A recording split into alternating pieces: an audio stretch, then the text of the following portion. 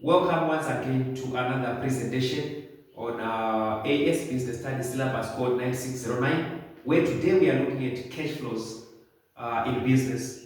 This is a very important topic where we need to have an understanding of what cash flows are, why are they important, and how do we do the cash flow forecasting. Okay, so I want you to know that cash flow is basically the difference between cash inflows and cash outflows. In other words, cash flow is cash inflow minus cash what? Outflow. Whereby cash inflow is money coming into the business, and cash outflow is money going out of the business. So payments in cash received by a business, that's our cash inflow, and payments in cash made by the business, that's our cash outflow. So the difference between the two gives us what we call our net cash flow. If you look at my diagram here, this is cash inflow, money coming. And here we have cash outflow, which is money going out. Okay? What we are left with is our cash in hand. That's our net cash flow. I want you to know that cash flows have something to do with liquidity, which is the ability of a business to pay its short-term debts. If a business has a negative net cash flow, that business is likely to have a poor liquidity. It will struggle to pay its short-term debts. So to have a positive liquidity or a good liquidity position, it is always encouraged to make sure that we have a positive net cash flow. Okay? It's very important for us to know that. I want you to know that it's important that we do what we call cash flow forecasting, whereby we are trying to estimate the future cash inflows and outflows of a business. We call that cash flow forecasting. It is important that businesses do that. Why? Because a cash flow forecast will indicate periods where the business will have a negative net cash flow, allowing the business to take appropriate action to improve the cash flow of that particular business. And apart from that, also cash flow forecasts are an important component of business plans. You know, when we want to seek financial assistance from banks and other financial institutions, sometimes they require you to produce what we call a cash flow forecast. So you need that. Even investors, they want to see your cash flow forecast before they can put in their finances into your business. But however, remember, these are just forecasts. There can be some mistakes that may take place as you're trying to forecast. Because a forecast is an estimate. It's not 100% reliable or accurate. It's an estimate. And sometimes as we forecast, you see that we also assume that, for example, costs will remain the same. Yet costs may change as well.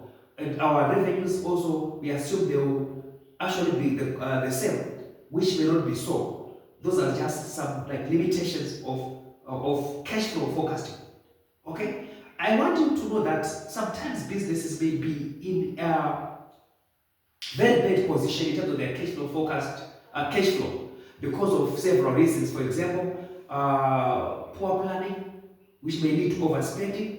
Sometimes overtrading. Overtrading, that's when a business expands too rapidly beyond the financial capacity of that particular business. It puts the business under strain, and it causes it to have a poor cash flow. Sometimes even poor credit control, like allowing credit customers too long to pay, not even following up on debtors. That also may actually affect your cash flow position as a business.